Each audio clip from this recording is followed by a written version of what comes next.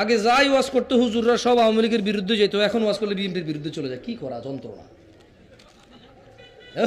হাজির কি আছে, সরি দুঃখিত। আগে হুজুররা ওয়াজ করলে আওয়ামী লীগের বিরুদ্ধে চলে যেত, এখন ওয়াজ করলে এনসিপির বিরুদ্ধে চলে যায়, ডক্টর ইউনূসের বিরুদ্ধে চলে যায়, কারো কারো ওয়াজ জামাত ইসলামের বিরুদ্ধেও যায়, কারো ওয়াজ হেফাজত ইসলাম অথবা চরমায়ের যে পীর সাহেব ওনার তো একটা দল আছে ওটার বিরুদ্ধে চলে যায়। আমি একটা জিনিস খেয়াল করলাম, ওয়াজ আর খুতবা শুধু রাজনীতি যারা করে তাদের বিরুদ্ধে বেশি যায়। ঘটনা কি? আর কারোর বিরুদ্ধে যেমন যায় না। মসজিদে খুতবায় যদি হুজুর সুদ ঘুষ আর পর্দা নিয়ে কথা কয়, সবার আগে সভাপতির বিরুদ্ধে চলে যায়। ওই কয়া থেকে আমার ঘুষে টার্গেট কইরা, আর কি আশ্চর্য। তাহলে নূহ আলাইহিস সালামের জাতি দাওয়াত যত বেশি দিছে তত কি করছে, কি করছে?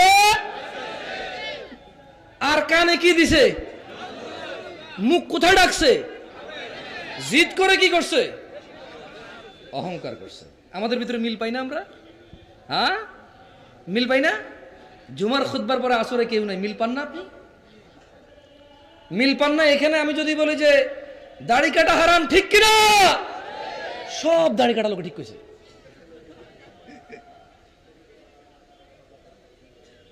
জানা করা হারাম যদি বলি, ঠিক কিনা? সব প্রেমিকরা বলবে ঠিক, কারণ ওই তো এটা ভালো জানে কত বে ঠিক। এটা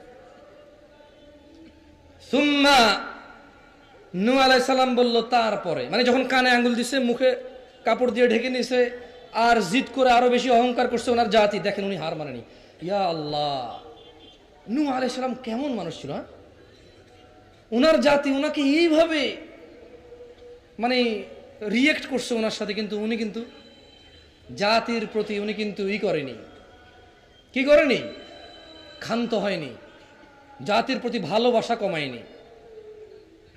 আমরা কিন্তু টাকা কম পাইলেও মাহফিলে আসি না।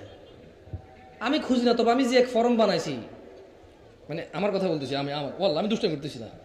আমি চিন্তা করছি টাকা খুঁজলে কেবল উনি খুঁজে, তো তোমরা যে শিয়ানামি করো আমরা কি কম শিয়ানা?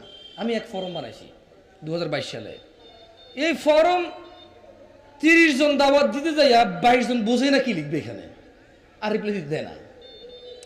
8 জনে দেয়, এর মধ্যে 60 জনে সুন্দর করে ইগনোর করে যায় একটা লাইন, 4-5 জনে যা লেখে আমার আর মন চায় না যাইতে।